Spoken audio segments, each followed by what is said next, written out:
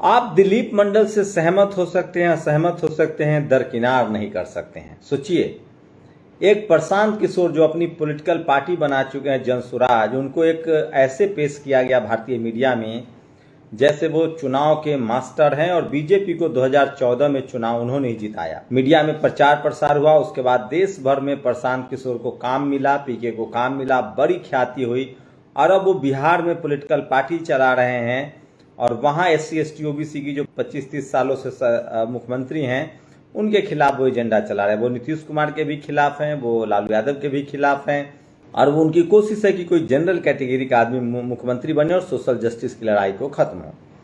यहीं पर दिलीप मंडल की कोशिश है। दिलीप मंडल और पीके में क्या अंतर है?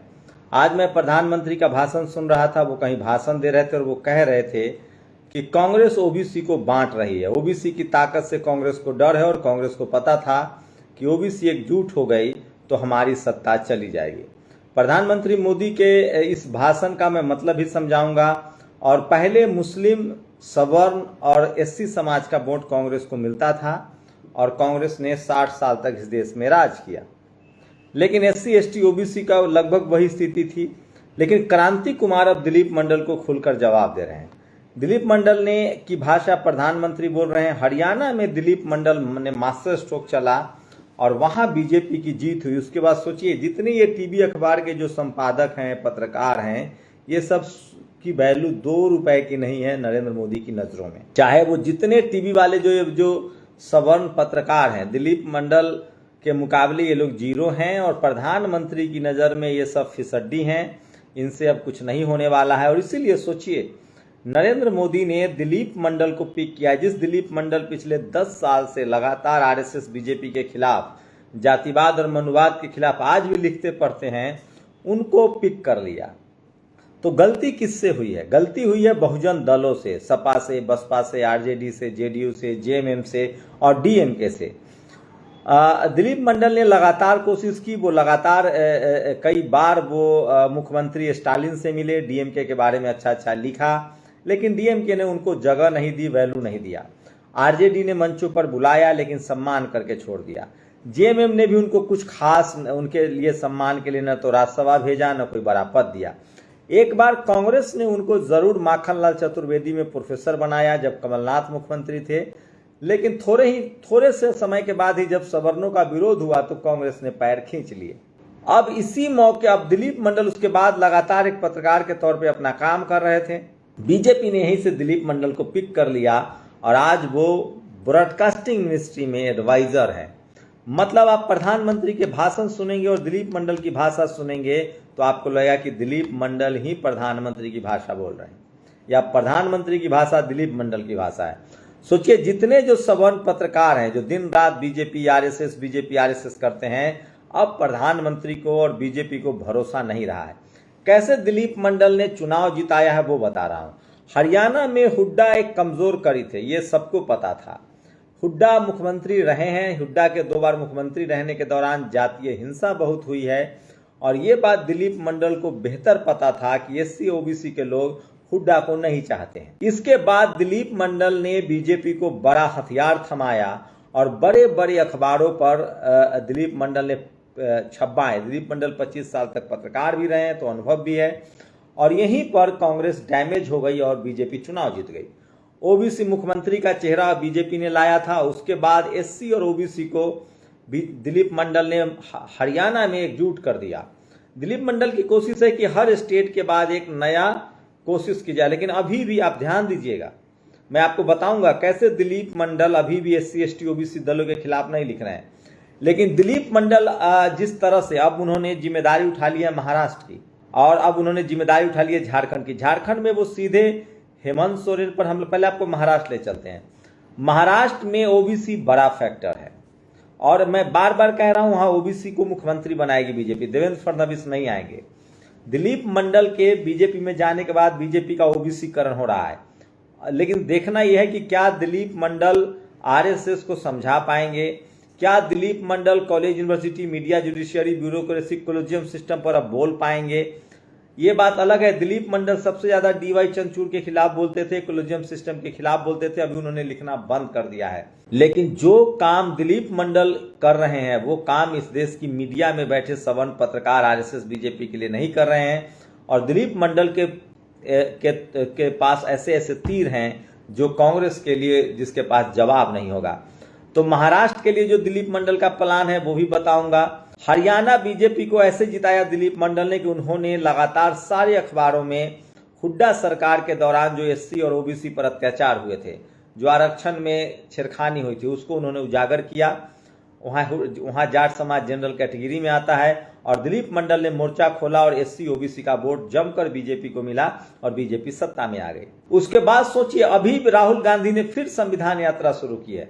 उनके भी जो 3 सलाहकार हैं उसमें 2 ओबीसी और 1 एससी समाज के हैं, अशोक भारती, अनिल जय हिंद और शरद यादव जी की जो बच्ची हैं सुभाषिनी अली, जिसको जनरल सेक्रेटरी बनाया गया है। लेकिन सोचिए अब दिलीप मंडल का क्या प्लान है महाराष्ट्र के लिए। आज प्रधानमंत्री कह रहे थे कि राजीव गांधी ने ओबीसी को कभी एकजुट ही नहीं होने दिया। ये बात तो सच है। प्रधानमंत्री को वो सारी बातें बताई जा रही है जो ओबीसी को सूट करता है। प्रधानमंत्री अपने आप को ओबीसी क्लेम करते हैं। सबको पता है किसी भी राज्य में ओबीसी की आबादी 40% से कम तो नहीं है। 40 से 60% तक ओबीसी की आबादी है। वो अपने आप में चुनाव जीतने के लिए काफी है। तो दिलीप मंडल ने अब आज एक नया बीजेपी को हथियार दिया है कि आप बताइए कि कांग्रेस किस तरह से ओबीसी के खिलाफ रही है। वहां एससी समाज का वोट प्रकाश अंबेडकर के साथ जाएगा या बीएसपी के साथ जाएगा। जनरल का वोट जो है वो कांग्रेस के साथ, मराठा जनरल का वोट कांग्रेस के साथ जा सकता है या 50-50 हो सकता है। तो ऐसे में ओबीसी बड़ा कार्ड है और हो सकता है पंकजा मुंडे जो हैं वो ओबीसी के तरफ से मुख्यमंत्री। और अब दिलीप मंडल का अगला जो लेख आएगा ट्विटर पर वो जान लीजिए एक्स पर, कि किस तरह से जाति जनगणना की लड़ाई पंकजा मुंडे के पिता लड़ते रहे, जो गोपीनाथ मुंडे जो बड़े नेता थे। छगन भुजबल अभी बीजेपी के खेमे में है, ओबीसी के बड़े नेता हैं। तो वहां जिस तरह से जाट वर्सेज नॉन जाट की लड़ाई थी, हरियाणा में वैसे ही मराठा वर्सेज नॉन मराठा कर दिया जाएगा। और यही दिलीप मंडल की खासियत है, क्योंकि कांग्रेस के ऐसे ऐसे पाप हैं जिसको वो आज उन्होंने लिखा कि किस तरह से ओबीसी नेताओं को दरकिनार किया गया। लालू यादव को मनमोहन सिंह की सरकार में सजा हुई, राहुल गांधी ने उनका बिल फाड़ दिया। उन्होंने लिखा है कि किस तरह से राजीव गांधी ने 4 घंटे तक संसद भवन में भाषण दिया। यहां तक कि अभी राहुल गांधी ने जो 10 अखबारों में लेख लिखा और उन्होंने जो कुछ राजघरानाओं का अंग्रेजों से जो दोस्ती बताई थी, ये बात सच है, इसमें दो मत नहीं। आज दिलीप मंडल ने उसके जवाब में राहुल गांधी को भी अब जवाब देने के लिए दिलीप मंडल का ही सहारा लिया जा रहा है। तो दिलीप मंडल पढ़ते भी हैं, लिखते भी हैं। आज उन्होंने पूरा रिसर्च कर दिया कि किस तरह से नेहरू के जो पिता थे, मोतीलाल नेहरू हो, उनके जो पिता थे वो कैसे मुगलों के दरबार में वकील थे, केस लड़ते थे, ईस्ट इंडिया कंपनी के वकील थे राहुल गांधी के परिवार से। तो गरे मुर्दे उखाड़ने में कोई सानी नहीं है दिलीप मंडल का। और राहुल गांधी बच्चा है उनके सामने, वो टिक नहीं पाएंगे। यहां तक कि मैं कह रहा हूं कि दिलीप मंडल वो शख्सियत है जिसने अकेले पूरे टीवी अखबार के पैरेलल सोशल मीडिया खड़ा कर दिया और एससी एसटी ओबीसी के संवैधानिक अधिकारों का पूरा डिस्कोर्स खड़ा कर दिया दिलीप मंडल ने। दिलीप मंडल ने विनोद कांबली सचिन की तुलना की, दिलीप मंडल ने लता मंगेशकर पर सवाल उठाए। तो दिलीप मंडल में वो खासियत है, वो ताकत है जो सवर्ण सलाहकार नहीं कर सकते थे। तो अब जो भी प्रधानमंत्री बोल रहे हैं वो दिलीप मंडल की भाषा है और कांग्रेस के 60 साल के पापों को दिलीप मंडल उखाड़ रहे हैं। इसीलिए क्रांति कुमार ने लिखा है कि दिलीप मंडल अब खुलकर बैटिंग कर रहे हैं तो हमें भी बोलना होगा। अब क्रांति कुमार लिख रहे हैं कि जिस तरह से कांग्रेस मनुवादी है उसी तरह से आरएसएस भी मनुवादी है।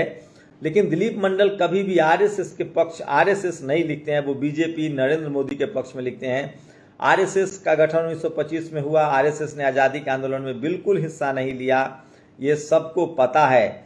लेकिन सवाल है कि राहुल गांधी ने जो लेख लिखा है कि किस तरह से कुछ राज परिवार जो थे वो मिले हुए थे अंग्रेजों से, तो उसी पर दिलीप मंडल ने कहा है कि किस तरह से राहुल गांधी के दादा, परदादा, छेड़दादा, अठदादा, नौदादा जो थे वो लगातार ईस्ट इंडिया कंपनी के वकील थे। मुगलों के दरबार में तब सुनवाई होती थी दिल्ली में, उसके बाद अंग्रेजों के समय में भी वो फले फूले हैं।